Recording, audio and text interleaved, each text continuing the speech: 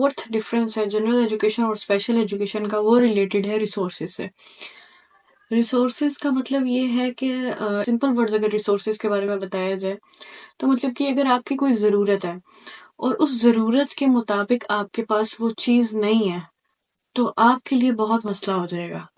For example अगर कोई emergency है और हम डॉक्टर के पास जाते हैं ऑपरेशन थिएटर में, तो डॉक्टर नहीं है।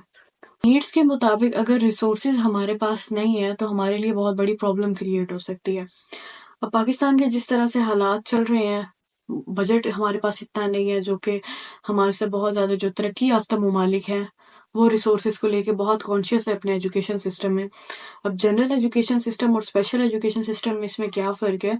ये नहीं है कि रिसोर्सेज जो हैं वो नीड्स से रिलेटेड हैं और नीड्स जो हैं सिर्फ स्पेशल बच्चों को ही हैं और सारे रिसोर्सेज उनको चाहिए, ऐसा नहीं है। रिसोर्सेज की ज़रूरत जनरल एजुकेशन सिस्टम वालों को भी होती है। वहाँ पे भी बच्चे को डिफरेंट तरीके से जब आगे आप पढ़ाई में लेके जा रहे होते हैं तो वहाँ पे भी उनको रिसोर्सेज की ज़रूरत होती है। एज कम्पेयर स्पेशल एजुकेशन का ज़्यादातर काम ही बच्चे की एक्टिविटीज़ से होता है, डिफरेंट स्किल डिफरेंट स्ट्रेटजीज से होता है।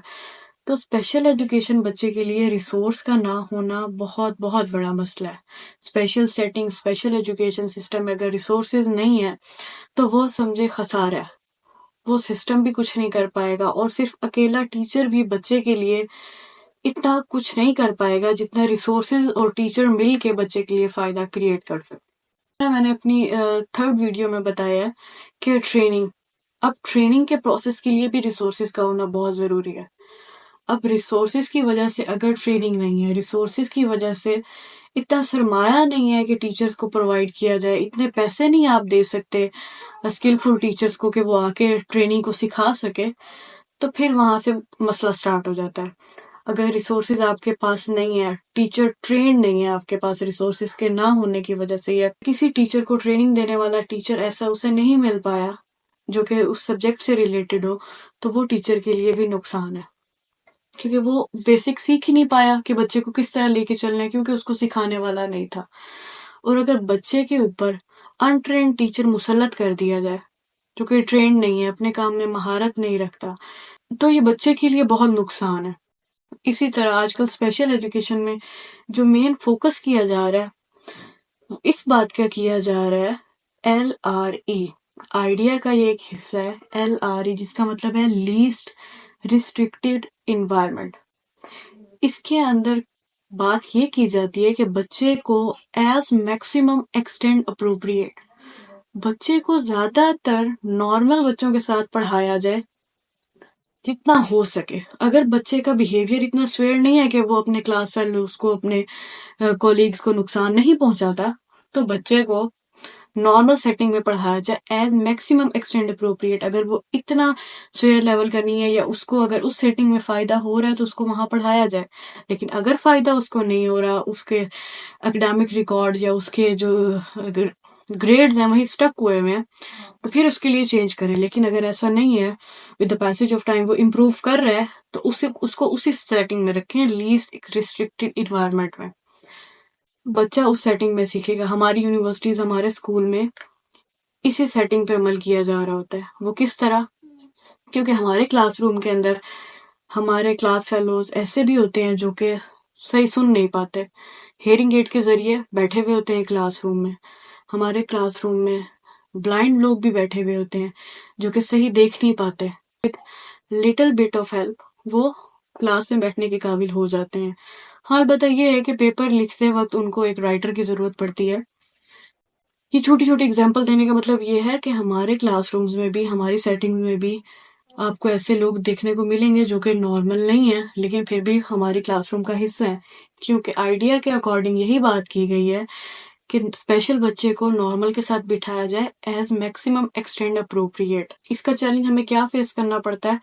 रिसर्च के मुताबिक एक टीचर अगर पूरी क्लास को लेके चल रहा है, सपोज 30, 40, 50 जितने भी स्टूडेंट्स उसकी क्लास के अंदर बैठे हुए हैं, एक बच्चा उसके अंदर आके बैठा है क्लास का जो कि बिलो एवरेज है, उस बिलो एवरेज बच्चे को या स्लो लर्नर को टीचर को साथ लेके चलने में मुश्किल हो जाएगी। रिसर्च कहती है ये कि टीचर को ये चैलेंज फेस करना पड़ता है। जहां वो इतनी क्लास का बर्डन बेयर कर रही है, उस बच्चे को जो स्पेशल नीड रखता है उसको क्लास से बाहर वो जाके एक्स्ट्रा टाइम देगी। लो एवरेज के लिए टीचर को जिस तरह अपने पढ़ाने का तरीक़ेकार है वो सेट करना पड़ेगा।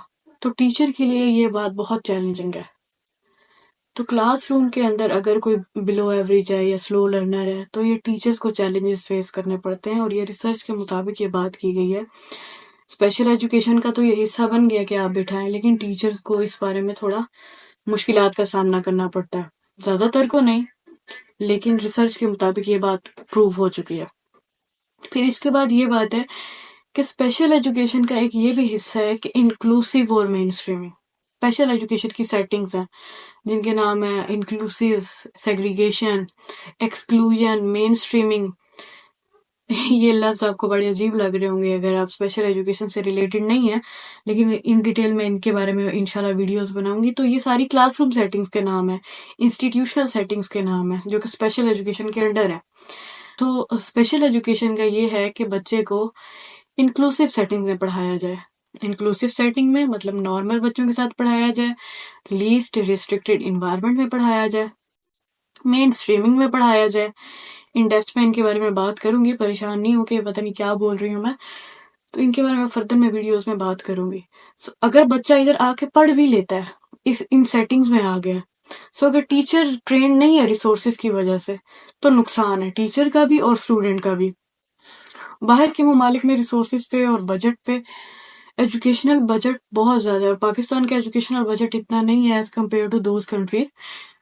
रिसोर्सेज के ना होने की वजह से, टीचर के ट्रेन ना होने की वजह से स्टूडेंट्स है पीछे हैं, जनरेशन है पीछे है, पाकिस्तान एज अ होल पीछे है, क्योंकि छोटे छोटे स्टेप्स पे अगर हम काम नहीं कर पा रहे, हमारा सिस्टम उनको गैर ज़रूरी करके हटा रहा है, गैर ज़रूरी समझ के पीछे धकेल रहा है। और यही वजह है कि इन छोटे छोटे हिस्सों पे काम ना करने की वजह से हम पीछे हैं।